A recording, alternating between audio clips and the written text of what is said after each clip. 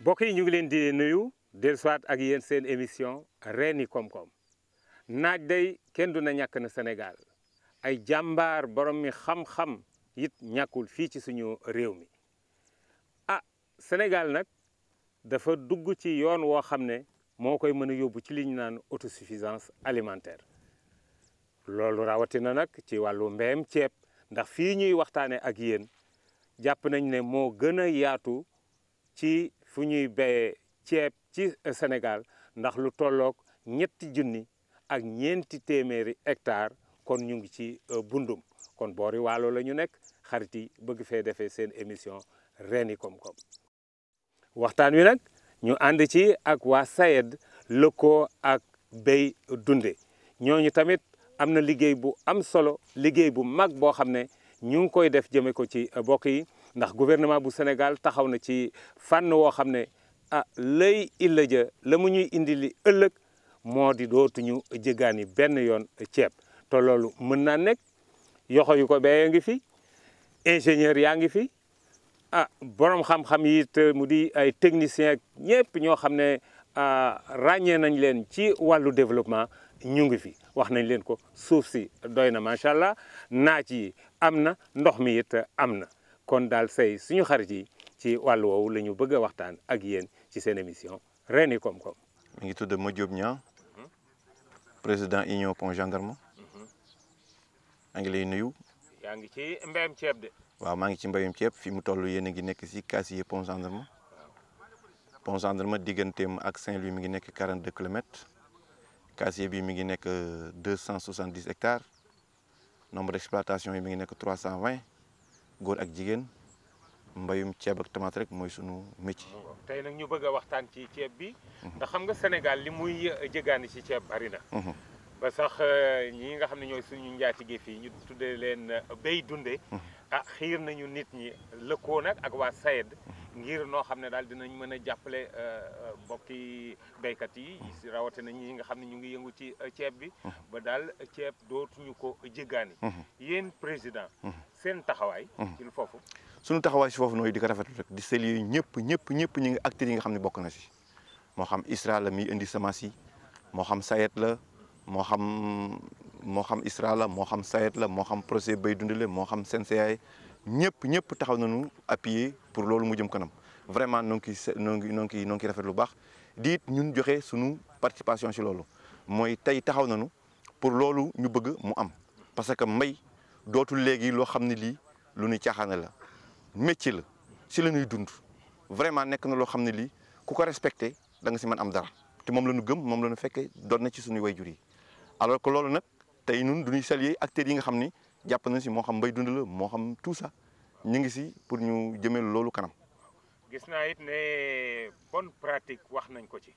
ba sax am na loo xam ne indi nañ ko ci machines yi nga xam ne bu njëkk bay ceeb da nga daan sëgg di def say urée loolu lépp am na yeneen xalaat yoo xam ne indi nañ ko ndax yooyu duggagul nga ci. waaw mooy tax mooy li ma lay wax rek xam nga mbir muy moo xam ne mii dafay dox alors que foofu la affaire bi toll léegi mbay mi ci dox yi bokk na si nga technique yu bees yi ñu dund noo ngi si ñaari at yoo xam ni avec projet Bay Dunde mi ngi ñuy appuyer ñu indi technique yu bees ak même technique yi fi nekkoon bu njëkk ñu defaraat ko mu def na yombal muy augmenter suñu rendement dinu gën defaral suñu mbay yi nga xam ni moom la ñuy béy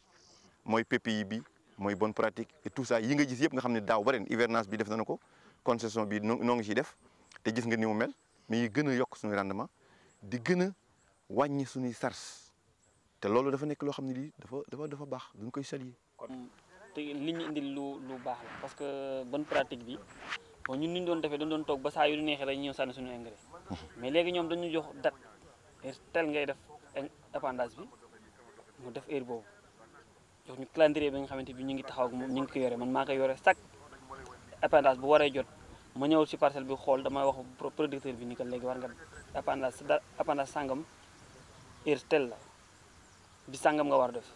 après kooku def application bi mais gis nañ si njëriñ parce que man bi ma ko dalee def ak léegi gis naa si njëriñ parce que léegi boo xoolee par rapport ak ni ñu doon engrais doon nañu am jafe-jafe parce que da ngay engrais bëgg dee mais ceeb bi day dem foo xam ne fi day soxla engrais te fekk engrais bi jeexal nga mais léegi nag ñoom technique bi ñu indi léegi man su may engrais rek saa yu ma sol bi tout soxlaa engrais rek daa fekk am na engrais parce que application bi moo normal mais bu njëkk nag moom daaw ñu doon application normale parce que man naan toog rek ba heure bu ma neexee rek ma xool ceeb bi rek mu furi rek ma ñëw sànni sama engrais mais ndekete du noonu dafa am fu mu ko soxlaa fi mu ko soxlaa fi nga koy joxe fi mu ko soxlaa fi nga koy joxe foofu moo tax di ma gis si njëriñ gis naa si rendement bu baax parce que sama rendement gën na yéeg te engrais bi may utiliser rek laay utiliser. maanaam bu doon ca gannaaw fukk nga doon am léegi ñaata ngay am. maa ngi si fukk ak benn wala fukk ak ñaar. de lu baax la. waaw. di remercier ñi nga xam ni ñooy partenaires yi nga xam ne ñoo ñu indil lii muy Bay Dundé ak SAED. yow Ali Fall. man Ali Fall maa ngi leen di remercier maag samay gars yi mandal ndax vraiment lépp loo xam ne ñoom waxoon nañu ko si rek gis nañ ko départ bi nag difficile woon na trop pour ñi nga xam ne xamuñu ko woon ñu mën a gëm ni li nga doon def ñetti yoon mën nga ko def benn yoon mu dàq bi nga doon def ñetti yoon kon loo doon def ñetti yoon suñu laa benn yoon nga koy def ba pare te mooy dàq ñetti yoon yi nga doon def pour nga gëm ko du yomb ba jafe-jafe boobu la ñu amoon pour ñeneen ñi mën gëm loolu waaye tamit yàlla may nañu si ndam boo xam ni biñ ko defee tamit gis nañu lépp loo xam ne li ñoom waxoon nañu ko rek gis nañu si wala gis nañu si lu ko raw ndax képp koo xam ne kii bëgguloo si woon dugg finalement bi nga demee ba si biir gis nga résultat dellu si waat nga ba si mag ngeen affaire bi kat amatuñ lu ñu si wax baax na muy gën a dem di gën a rafet di gën a dem di gën a rafet ba ñu yegg tey jii fii nga xam ne tey ñor na ba nit ñi mën a ñëw visiter ko ndax am na nu mu doon mel dama yaakaar kenn du ko sawar visiter si kon visite bi dafa nekk loo xam ne li pour nit ñi gis ko ba beneen yoon kenn ku nekk daw di ko xëccu ji pour wutale ko sa bopp kon li may wax toujours rek mooy li nga xam ne mooy jëmtuwaay yi nga xam ne moo koy wut moo koy def mu mën a yemba teew ba ñu mën ko def à l'heure man daal loolu laa gis ni tey. waaw Ali mooy lii ñu wax Bay Dundé moom ñooñu sax bokk na ci li ñu leen jàppale waa SAED ba ñu toll fi kon ci bonne pratique yooyu ngeen dugg. PPI waaw PPI waaw bokk nañu suñu jàppale ñoo xam ne yëpp gëstu bu ñu mën gëstu ak formation bu ñu mën def ak séminaire yu ñu mën def ñu ngi koy def uniquement pour yokk ñu xam-xam boo xam ni daañu mën a gëm lii gëstukat di gëstu pour indi jox ñu ko. machine bi nekk sama wet nii waaj ji di ko yor ak kii ma dendal nii kii ma dendal moom tool bi sa si man kii mooy sama booy sama jarbaat la moo nekk si tool bi li may wax ni yëpp man maay borom tool maa ko surveillé mais ñii ñooy ñi nga xam ne ñoo doon pratique parce que Diallo mii nga xam ni moo indi affaire bi fii bu mu ñëwee dafa ni ma Ali Fall mën naa indi ay nit yu ko def mais defuñu ko rek pour une fois duñu ko bëgg a def ak ñoo xam ne ñooy borom tool yi pour bu beneen même bu ñu fi nekkulee borom tool yi mën ko jàngal ñeneen pour loolu mën a dem ma wax ko mu ne ma benn borom tool bu nekk su mën na indi ñaari nit ak ñu si bari indi ñaari nit mais man damay doon 4 personnes c'était uniquement pour liggéey bi gën a gaaw moo tax ma indi 4 personnes mais mën naa la wax ne 4 personnes yooyu du ñu amoon benn waay bu baax nag bu ñu àndal bu nekk kasak gaayen boobu tamit nekk gaayen bu laa biir woyof lool ndax boo àndegee ay nit di leen former ëngale woo leen amerde woo leen ba ñoom ñëpp ñu pare kenn ku nekk joxante numéro téléphone dama yaakaar liggéey bu baax la. ñoo ngi kontaan ci visite bi nga xam ni def nañ ko pour xam-xam yu bees yi nga xam ni indi nañ ko ci engrais bi parce que yaakaar naa liñ fi gis weddi moom gis bokku ci te union bu Ndom dafa nekk union bu nga am solo parce que union la bu ëmb 3200 hectares te day bay noor di bay nawet parce que programme bi gouvernement bi jàpp tëral ko pour nu am autosuffisance alimentaire ci lu yàggul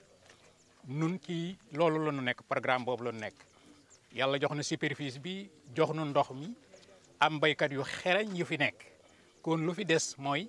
indi yeneen xam-xam yu bees pour nu moo mën na may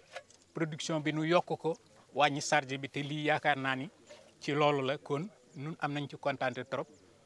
di sant baykat bi nga xam ni moom commencé nañ ci moom te moo wane ci xereñ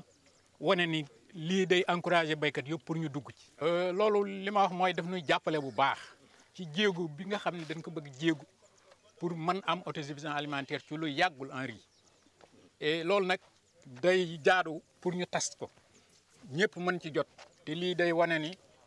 baykat bépp bu fi ñëw xool parce que baykat dara taxu ko di bay lu dul mu am rendement man fay borom man ci dundal njabootam parce que lii la ñu yàlla wërsëgale kon union bu Ndom 7 villages la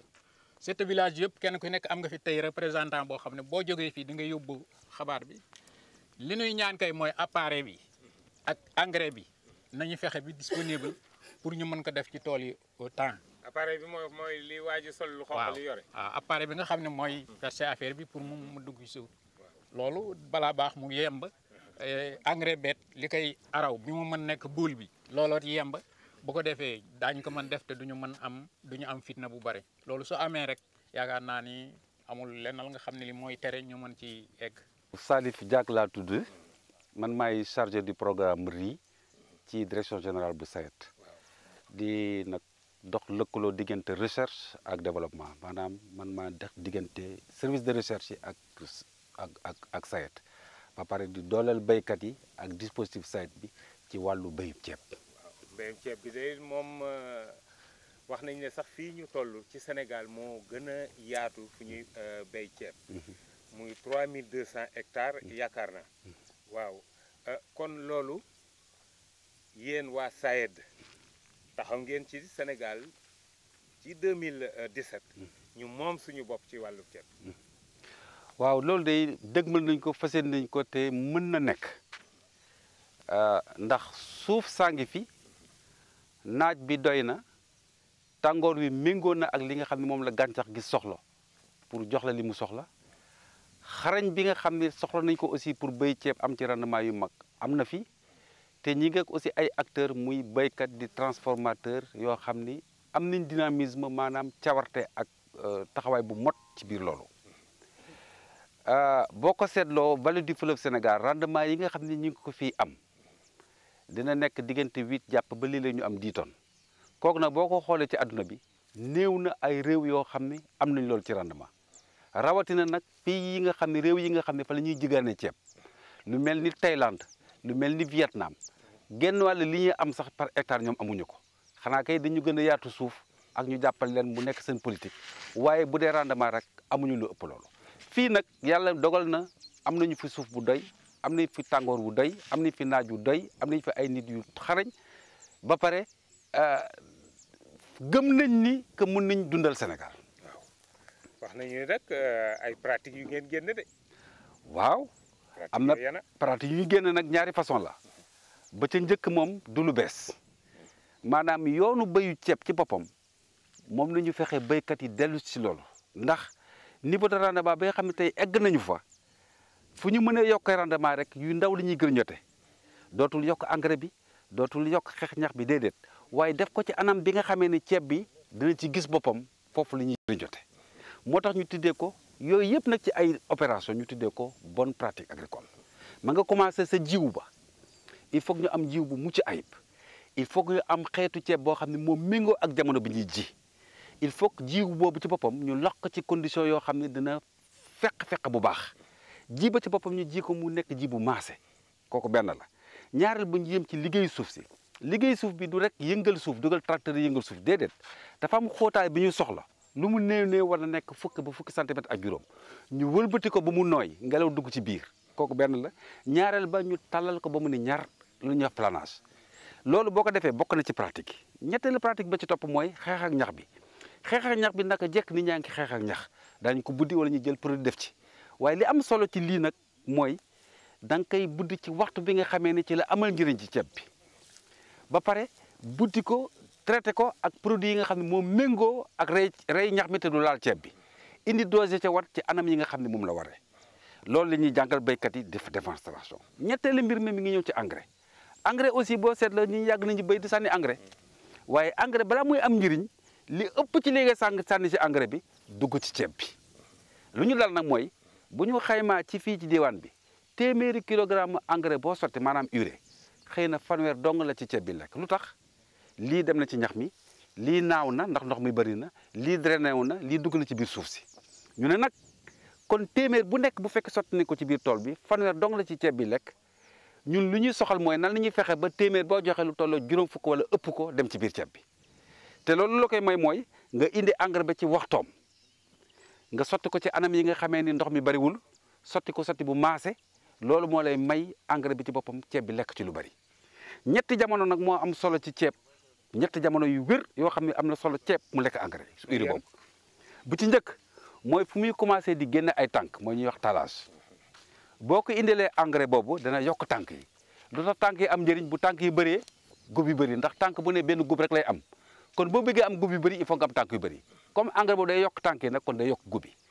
ñaareelu engrais bi bu waxtu bu mu koy soxlaa mooy bu demee ba xam ne mi ngi laxas maanaam ceeb bi mel ne luy ëmb foofu aussi ci lay ceeb bi di xayma ñaata doom lay defar kon boo ko indee lekk bu doy mu indil la doom yu bëri kooku mooy ñaareelu pàcc bi ñetteelu pàcc bi mooy bu gambee nag ba xam ne ba ngay waaj a focc foofu boo ko indilee engrais du yokk tànk yi du yokk gub bi du yokk doom yi waaye day yokk ñam bi nga xam ne mooy sol doom yi ba mu diis kon bu fekkee am nga gub yu bëri am ci biir gub yi doom yu bëri am gub yi si doom yi si bopp ñu sol ba fees dell rendement day dikk loolu nag lañu bëgg jàngal suñu gars yi ñu jaar la ko yoon ba tax ëllëg si biir engrais bi ñuy sotti au lieu que fanweeri kilo dugg ci dong ci téeméer bu nekk ñu bëgg téeméer bu ñu sotti lu toll ñeent fukk ba juróom fukk kilo dugg si biir ceeb bi. waaw Salif Diack seet naa léegi nag machine buy gëq tàngal xam naa màcc ko moom da koo yàbbi ngir boobu machine lu muy def noonu. kooku nag mooy deuxième technologie moo bëggoon préparé xam ngeen engrais boobu ñuy sànni téeméeri kilo bu ne fanweeri ci dem lu tax parce que bi ñu koy sànni ñu ngi koy sànni ci ndox te engrais boobu te azote nekk ci biir feññeent bi ñuy wax azote nekk ci biir bu fekkee dafa nekk ci ndox mu bëri day naaw du dëgg de léegi nag lan ñuy def dañuy def ak lëkkaloog sunu waa gëstukat yi ñuy wax FDC ak waa ISRA ak waa Africa Rice ñu jël engrais boobu ñuy urée dugal ko jëween machine bi ñuy wax granuleuse mu wañ ko ba mu mel ni tàngal ba mu dëgër këcc ñu jël tàngal boobu nag duut ko baaraam nag ci taatu reen ba dëgëraay boobu mu dëgër nag au lieu que mu seey di naaw dootul seey day jox ceeb bi nànk-nànk muy lekk benn yoon nga koy def ba bëggee góob dootoo defati engrais ñu seetlu nag ni technologie bi boo ko defee comme dafay sauver fi nga doon perte juróom-ñaar fukk pertetuloo ko kon day wàññi engrais bi ngay def donc fi ñuy indee juróom-benn téeméeri kilo noonu la de 300 kilogrammes juróom-benn téeméeri kilogramme ñetti juróom-benn 300 kilos waaw muy juróom-benn téeméeri bu ñu koy indi ci tool bi ñetti saako dong doy na téeméeri ak juróom fukk rek doy na ndax ni ñuy compressé engrais boobu mu nekk tàngal ñu samp ko ci taatu reen bi muy dund ci reen bi nànk-nànk ba bu muy ñor kon dafa mel ni dafa wàññi genn wàllu engrais bi daa indi ci tool yi te loolu dafay tax encore en même temps gub bi ci boppam dana sol ba fees dell ceeb bi dana ñor teel ba pare ñax mi nga xam ni engrais bi da ko doon dundal mu bëri ci tool yi day wàññeeku ndax li ñuy jël engrais bi def ko ci reen ba bu ñu koy indee dugal ko fii nag testé nañ ko ci biir vallée bi Podor ak Matam mais di dem ba jamono ñuy seetlu ni tàngal boobu ñu jël du ko dugalee loxo dafa metti lool moo tax nag ñu développé approche appareil bii ñu tuddee applicateur wax dëgg yàlla di nga ko jëggaanee Bangladesh la jóge ñu indi ko artisan locaux yi nga xam ne ñoo nekk Sénégal lu mel ni Agritech ak ay moromam daal di ko adapté kooku lu ñu jël nag utiliser ko ci biir tool yi maanaam léegi balaa ñu doon jël suñu baaraam di duut engrais benn par benn machine boobu nag moom la ñuy jël di ko samp mu koy teg exactement fan lañ ko soxla mu gën a gaaw oyofal liggéey ba pare gaawal liggéey bi. ci loolu danañu ko présenté pour wax nu ni bii dana dimbale askan bi ci domaine nu enfoncé granulé urée bi ci profondeur 7 centimètres wala 10 ci mbirum ceeb. léegi nag comme que amoon na ay jafe-jafe yàlla dimbali nu ba nu mën a defar ko de telle sorte que mu mën a adapté wu ci milieu paysan bi donc ñun loolu mooy suñu liggéey mooy n'importe quel matériel bi nga xamante ni paysans yi soxla nañ ko fii pour que ñu mën leen jàppale à ce que ñu mën ko utiliser mu yomb ba pare tamit adapté wu bañ a compliqué trop sur le plan de motorisation ou bien de mécanisation simple à utiliser ñun ci loolu mooy suñu liggéey. maanaam machine la daal bu bàyyi ko bitim réew yéen fax ngeen ci seen xariñ ba ñoom ñëpp ñu mën ko am ci beneen fànn ba nga xam ne dana yomb si ñoom gën ko liggéeyaat ko de telle sorte que dana mën a adapté wu ci milieu bi nekk nii comme les autres machines yi nga xamante ni ñoo nekk ci dëkk bi. waaw machine bi baax na sa tool de. waaw machine bi baax na lool sama tool. waaw ren mooy sama ñetteelu campagne ma koy utiliser. ba njëkk bi xawoon na am jafe-jafe. ci nan ci application bi xawoon na am jafe-jafe. am na machine boobu ba njëkk moom dafa doon door. léegi bu ñu demee ba nga xam ni gis nañu jafe-jafe ci nekk. ñu expliqué bailleurs yi ñoom ñu dem contacter ak ki nga xam ne moo ko doon defar léegi nag wax dëgg yàlla defar na ko bu baax a baax. léegi moom ça va très bien alhamdulilah moom yaakaar naa ne paysans yi war nañ ci kaw. première année bi ñu commencé nit ñi loxo lañ daan jël machine bi ñëwagul woon importé guñ ko woon mais bu ñu gis ba gis ne dafa am coono ci def loxo bi dañ dem nag gis ak artisans locaux yi wan leen prototype bi ñu ne mën nañ ko réadapter fii nii suñu zone léegi nag ñu def ko première campagne affaire bi dox daal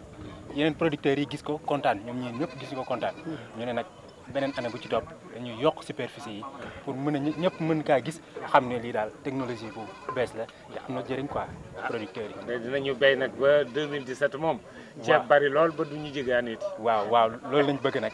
la 2017 ñu béy ceeb ba nga xamante ne dootuñu ko soxla pour bitim réew ak yooyu noonu ñun ñooy béy ba di jox waa bitim réew sax. jërëjëf. waaw ñun Kader boo ñëwee fii tey fekk nu pont gendarme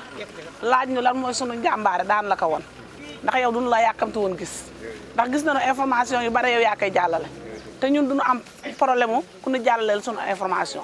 kon nag tey Bay Dunde su ñëwee ba indi la fii si pont gendarme ñun jigéenu pont gendarme dañuy am kontaante ndax ñun dañuy yëngu si wàllu mbay te ñu si doon am ay coono gis Bay Dunde duñ ci indi léegi lu bare ak sayat ñi nga xam ne ñoo fi jiite ndax fii kuy wax mbayu ceeb rek sayat ngay wax ndax ku fi ñëw rek sayat a xàlla yoonu ba ñëpp xaj fi jàppale nañu jàngal nañu ni béyee ñoo ngi ñuy dimbali ci matériel yi liggéey bi ma ngi gën a dox ñu ngi gën a xam fi ñuy liggéey Kader ñun ñuy liggéey ci wàllu ceeb jigéen ñi ngay gis fii si marché bi ku nekk am na toolam am na ñoo xam ne amuñu suuf waaye ñu ngi luyee ji suuf ngir bay Kader ñu doon ñaan gouvernement bi fekkee ñëw na jàppalañ ci mbayum ceeb defe naa ñun jigéenu pont gendarme jigéenu wala bi sax laay wax nun nu gën a mën a jàppale ci mbayum ceeb mooy suuf si ndax suuf si am na fi waaye ñun jotagun ci ñun jigéen ñi am nañ ci nag waaye barewul te jigéen ñi ñoom ñëpp tey xam naa ne boo doon wut technicien ceeb rek ci jigéen ñi la yem ndax boo demee toole tey gis nga leen ñoom ñooy xaaj ceeb bi gis nga leen bu ji jotee dañuy ànd góor ñi dem ji seen tool gis nga leen bu nu paree ci affaire engrais bi dem na ba ren Bay Dunde indi nañ fi engrais boo xam ne ñëpp a ko man parce que bu njëkk engrais bi du daan jël sunu ay siwo di ko suy day nag dafa sensé duñu indi ay pompe yoo xam ne ci la ñuy def engrais bi di ko pompe ci tool yi engrais boobu nag dafa nekk engrais boo xam ne engrais bu baax la parce que ñun waa pont gendarme ñu ngi si soogaam di jot xëy na lee ren waaye am na sunu naataango yoo xam ne jotoon nañ ci depuis daaw te gis nañu rendement yi nu génnee woon te ñun tam am nañu yaakaar ci li nu gis suñuy tool daanu génnee rendement yi toll noonu wala yu ko ëpp ndax pont gendarme defe naa ne mbayum ceeb buñ leen ci wax ñi leen ci ëpp rendement barewul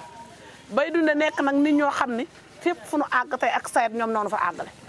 ndax sayet ñoo nu jàngal ni bayee ñoo ne encadré technicien yaa ngi surtout ñoom maa di ndaw fu ñu dem ñu ngi fa taxaw journaliste lañu yoo xam ne ñu xereñ lañu du foire la ñuy ñëw ci foire yi ñuy dugg ci tàkk gi ànd ak ñun dinu wan nu ñuy liggéey ceeb bi diñu filmer diñu yóbbu di xam suñuy problème di ko joxe waa Bay Dunde ñëw teg seen tànk Bay Dunde bi nu ñëwee di mën nañu ci wàllu semence ñun jigéen ñi ñu bay ñu ñëw jox ñu engrais ñun jigéen ñi ñu bay ñu ñëw jox ñu produit ñun jigéen ñi ñu bay ñu ñëw ñu yaakaar ni foofu la ñu yem ak ñun ñu delsi ni ñu ngi jàppale jigéen ñi nga xam ne ñoo nekk ci marché bii nga ne tey Bay Dunde bi mu ñëwee fekk noonu am problème machine ndax amoon nañ sax machine waaye xëy na les quantité bi nu am ak machine bi nu amoon tolloo woon tey Bay Dunde dem na ba indil nañu machine bu mag boo xam ne moo nekk fii bala ngay dem daan la ko wan machine boobu jigéen ñi nga gis tey ñu yore seen tame di lay heure bu tàkkee te defe naa fii ak 2 semaines boo fi desee dana tàkk ndax problème courant la ñu amoon te neenu électricien bi dana ñëw suba pour installer courant bi kon kooku jàppale ndax loolu su ñëwee layum ceeb dootul am bala ngay dem dinaa la woon usine bi nga xool ko nga xam ne ñun li ñuy wax dafa nekk si ñun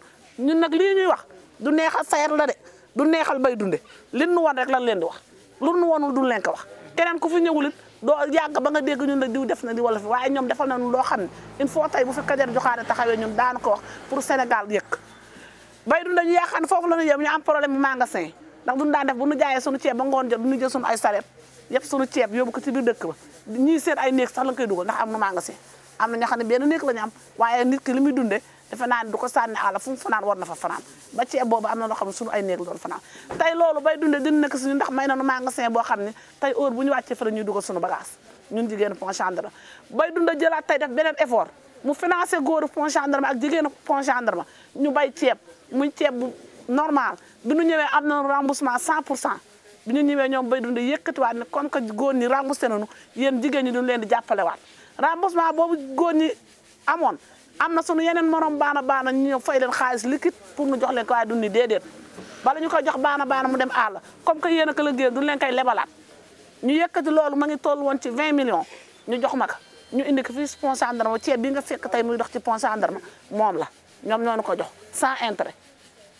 ñu di ko liggéey ñu am yeneen yoo xam ne ñu ngi nu koy préparé ci compétition bii ñu nekk ñun ñu di ko séenu te yaakaar na ne daan si jox ndax ki am benn di la jox bu la diggee fukk yaakaar nga di nga am bay dundee duñu jàppale foofu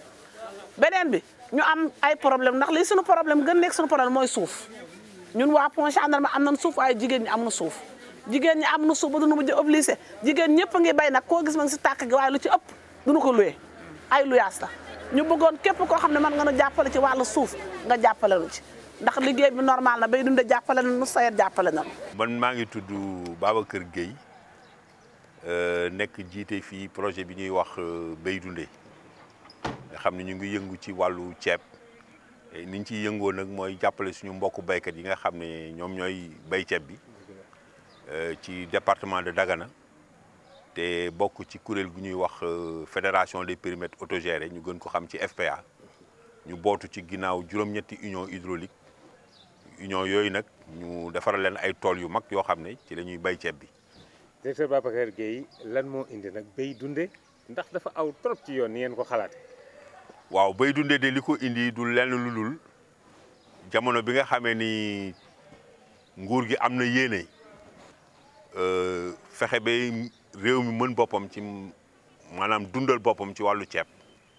ci la tàllaloon loxoom ñi nga xam ne ñoo ko war a jàppale ci fànn boobu loolu nag nguuru Canada ci la bokkoon ak yeneen i réew et nguuru Canada ci boppam am yéene jàppale réew mi ci nisër boobu mu am bi ko defee nag bu ñu xalaatee loolu ñu ne daal li gën a gàtt mooy nañu fexe tey ba bépp baykat ak foo mënti nekk nga def ci sa xel ak ci sa xol ak ci sa yéene bay loo dundee dundal ci réew mi loolu moo indi turu bay dundee. kon li ñuy wax maanaam fexe ba ñu moom suñu bopp ci ceeb dootuñu jéggaani ci 2017 sax le président de la République wax te nag yéen ndaw yi ci liggéey ci fànn boobu defe naa ne jatu ngeen de. waaw loolu moom wax dëgg yàlla ci la ñu nekk ñu ngi ko tàmbali ci 2010 ba tey ci loolu la ñu nekk te wax dëgg yàlla itam yàlla mi ngi ñu ciy dimbali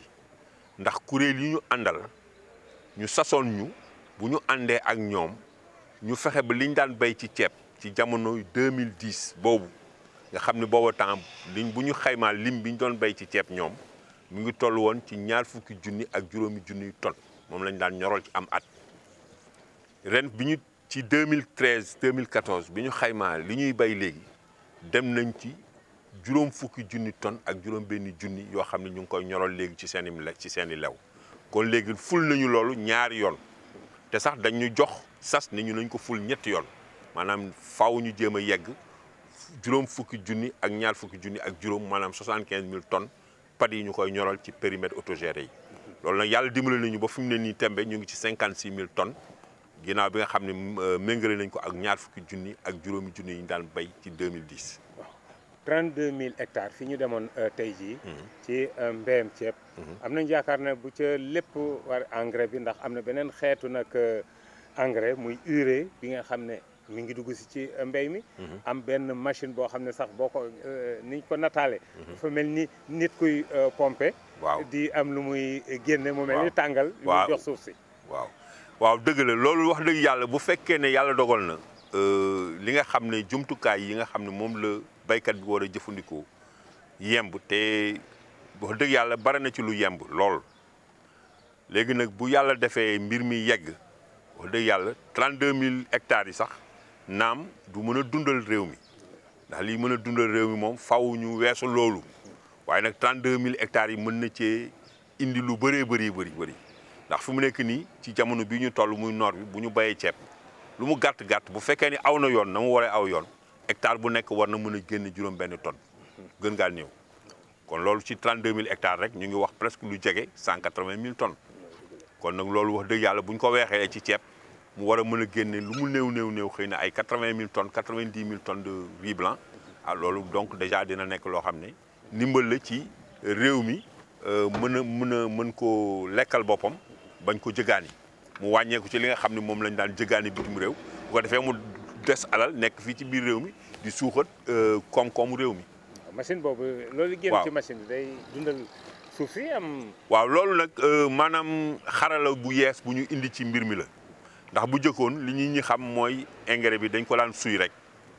léegi nag yàlla dogal na ne gis nañu ne suy bi dafay ànd ak yàq ndax du lépp la gàncax bi di jëfandikoo te itam dina la togg coono ci liggéey bi ndax di nga ko suy ñaar ba ñetti yoon gëstukat yi nag gëstu ne engrais boobu nga xam ne daf daan doon ay donj yu ndaw maanaam mu doon pëndëx léegi mënees na koo def ba mu mel ni tàngal boobu nag da nga koy moom ngay duut ci suuf bi ñu koy tàmbali sax baykat yi ñenn ñi loxo lañ ko daan defee waaye yàlla dogal ne comme réew maanaam léegi àdduna bi lu xew benn bërëb bu fa xëyee mën naa yendu si beneen bërëb ñu gis ne suñu mbokku Bangladesh yi am nañu jumtukaay boo xam ne moom la ñuy duutee tàngalu engrais boobu ci suuf si ñu dem jël ci benn ñëw wax dëgg yàlla itam suñu mbokku artisan yi ñu am xam-xam lañu ñu mën liggéey lañu ñoom buñ ko xoolee ñu ne goon léegi mën nañ koo defar fii léegi nag ñu jàppale leen ñu defar ko fii essayé ko ci béykat yi ñu gis ne loolu am na njëriñ ndax dina leen noppalal duut bi nga xam ne moom la ñuy duut engrais tàngal bi ci biir suuf te li ci gën a am solo nag mooy engrais boobu bu fekkoon ni tey jii yaa ngi jëfandikoo ñetti bërigo ak genn wàll ci benn hectare bu nekk tey engrais tàngal boobu benn bërigo ak genn wàll yu teg 20 kilos rek ngay jëfandikoo ci engrais bon dina tax engrais bi ngay jëfandikoo gën a néew te itam mooy ëpp rendement ndax bu nekkee araw ci biir suuf si maanaam doñu tàngal boobu ci biir suuf si du gaaw seey day seey ndànk-ndànk maanaam di jox gàncax gi ci reenam li nga xam ne moom rek la soxla ba keroog muy seey ba jeex. béykat yi it wax nañ ne ak technique boobu mën nañu béy ñaari yoon loolu lu mën a nekk la ci. waaw loolu lu mën a nekk la ci ñun sax ci suñu jàppale ak gunge bi ñu leen di gunge dañ leen di ñaax maanaam suuf si bañ a noppalu ndax itam wax dëgg yàlla bu fekkee ne yàlla may na la ndox may la suuf may la ab jant soo amee jumtukaay waratoo noppalu suuf si waratul noppalu ndax suñu bëggee mën suñu bopp ci mbayum ceeb itam foog ñuy bay à la kuli ali noor ak nawet loolu mooy mën a tax ñu mën cee génn bu ko defee loolu wax dëgg yàlla su fekkee ne maase na ci fépp foo xam ne ay aménagement am na fa yaakaar nañu ne balaa yàgg ni ko nguur gi nisaree fii ak 2017 wax dëgg yàlla daañu mën suñu bopp ci wàllu mbayum ceeb. kon nag suñu bokk yi ngeen xam ne béy dunde day moo gën a wóor di xalaat di xaar bato buy ñëw bato ba de kenn ñaanu ko ndax mën naa am ay jafe-jafe ci yoon wa mu tak fa te nag bu fekkante yow yaa ngi nekk ci sam réew am suuf sa mën a liggéey gouvernement bi dugal ci loxoom kon am nañu yaakaar ne bu ñëpp lëkkoo li ñu naan autosuffisance alimentaire ci wàllu mbéy dinañ ko mën a am rawatina nag ci ceeb bi dootuñ ko jëggaani ñi ñu ko doon yónnee sax ñoom it toll nañ jamono joo xam ne dootuñu ko mën kon nag li fi nekk moo di réewum Sénégal gune yaa ngi fi réewum Sénégal borom xam-xam yaa ngi fi borom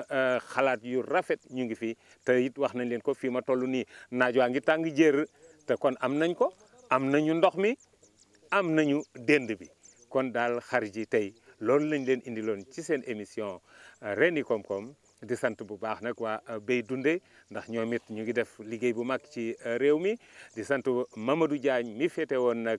caméra bi ak it conseiller en communication bu SAED ñu ngi sant bu baax Madi Ndaw jërëjëf Ousmane Sy ci montage mu doon ci présentation Abdelkader Joxaane mbokk yi jàmm ak jàmm ba beneen yoon.